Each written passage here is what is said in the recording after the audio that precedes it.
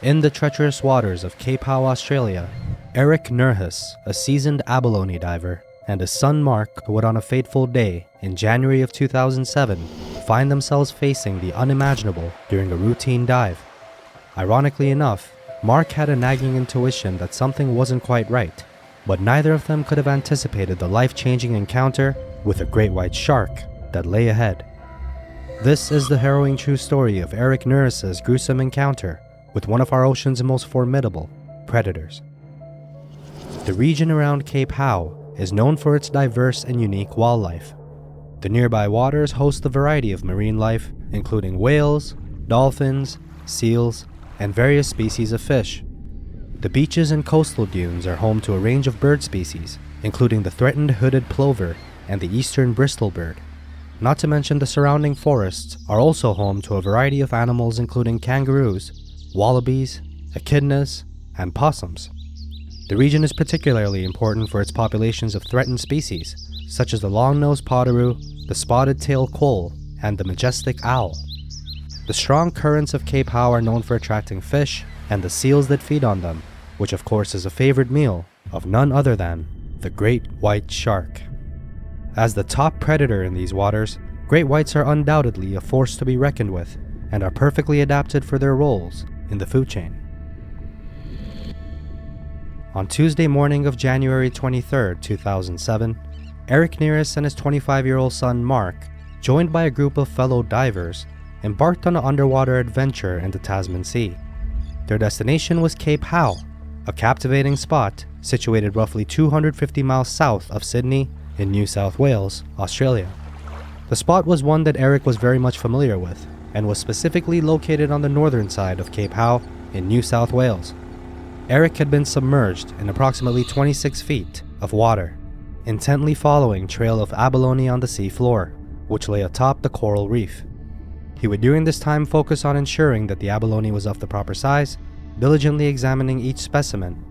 Once gathered, he'd then place the abalone into a bag and send it up to Mark on the boat right above him. Descending into the depths, Eric moved gracefully among the boulders and kelp, expertly collecting abalone, and it wasn't long before he would fill his first bag and send it up to Mark, who was diligently following his father's air bubbles. Despite the lurking danger, a carefree Eric found himself lulled into a peaceful daydream by the hum of his regulator. That tranquility was shattered when, without warning, Eric was hit with a force so immense he thought he'd been struck by a truck underwater. 1 second it was daylight, the next second everything went black and a really nasty vice-like pressure crushing my chest and upper back, and I wasn't really sure what had actually happened to me. And it was at this point that he would realize that his head and shoulders were gripped between the jaws of a 10-foot great white shark. Aided by a surge of adrenaline, Eric's survival instincts then kick in. With one arm trapped in the shark's mouth, he uses his free hand to gouge at the shark's eye. With its razor-sharp teeth unable to penetrate Eric's lead diving vest, the animal would regardless of this continue its brutal attack, shaking Eric back and forth in an attempt to saw through his body, as it often does when attempting to rip chunks of blubber and fat off of its prey. Fearing the worst, Eric continued to fight back, focusing on inflicting as much pain as he possibly could on the shark. This was when, to his amazement, the shark would suddenly release him, but to his horror, the shark did not retreat, but instead began circling him, waiting for him to weaken further before coming in for the final blow, a tactic they often use when hunting seals. According to shark experts, sharks may circle their prey and wait for them to bleed out because it conserves energy and minimizes the risk of injury. Sharks have a limited energy reserve, and chasing prey can be energetically costly, especially for larger prey. By circling prey, the shark can monitor it and wait for it to become weakened from loss of blood or injury, making it easier to kill and consume.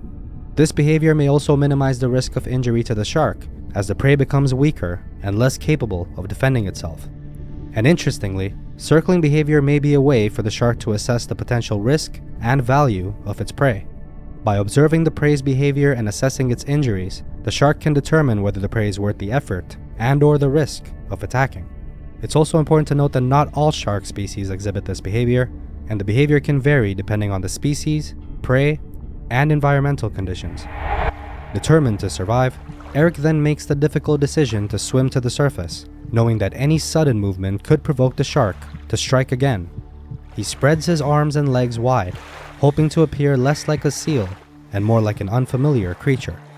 Like something out of a horror movie, upon breaking the surface, Eric would spot the menacing blackish blue eyes of the great white creeping in from just below him and circling his flippers. And as fear coursed through his body in the form of yet another surge of adrenaline, he would then call out to Mark at the top of his lungs, who quickly helped him out of the water before the shark could strike again. A snowy hydro rescue helicopter would arrive at the scene, and Eric would be transported to the Wollongong Hospital instead of the closer Canberra facility, a decision which was made in order to allow the helicopter to maintain a lower altitude during the flight, preventing patients from experiencing decompression sickness, which often occurs when nitrogen bubbles form in the bloodstream, much like when one ascends too quickly when scuba diving. Upon receiving Eric, a snowy hydro rescue person noted that he was conscious and alert, but exhibited a broken nose and lacerations on both sides of his torso and chest, consistent with bite marks. The hospital reported Eric to be in serious but stable condition, with his injuries requiring a total of 75 stitches. Miraculously, Eric would go on to survive the attack, though his wounds were extensive. He had suffered a broken arm, a broken nose, and had 4 of the great white's teeth embedded in the back of his skull. Reflecting on his close call, Eric would go on to state that had it not been for his lead weight vest, he likely wouldn't be alive, and it was what saved him from what was sure to be a much more gruesome and likely lethal shark bite. Grateful for his second chance at life, Eric eventually left abalone fishing to work as a security officer on dry land. Shark attacks are not uncommon in Australian waters, with an average of 15 attacks occurring each year, and statistics show that at least one of those is likely to be fatal. An attack specifically by great whites, which breed in the cold southern waters of Australia, are particularly dangerous due to their sheer size.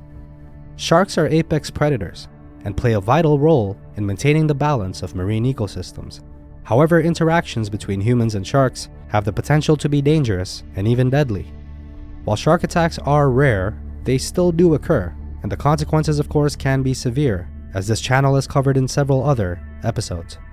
In addition to the physical harm caused by an attack, the fear and trauma associated with the experience can also have lasting psychological effects. By exercising caution when swimming in these waters and following safety guidelines, such as avoiding swimming during dusk and dawn when sharks are most active, staying in groups, and not wearing shiny jewelry, individuals can help minimize the risk of encountering a curious shark.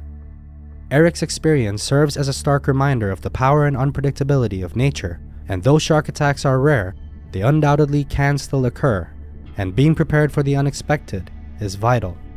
With determination and a will to survive, Eric Nerhus overcame the odds and lived to tell his incredible story. Being given a second chance, it makes a great deal of difference to your life, and all of a sudden you start to appreciate things that you didn't even think about before. When knowing that I could have lost the best thing in my life, and I just don't know how to say it. There's no words that can literally say it.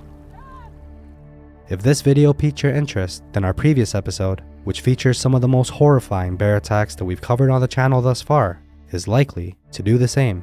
You can find it on the end screen of this video.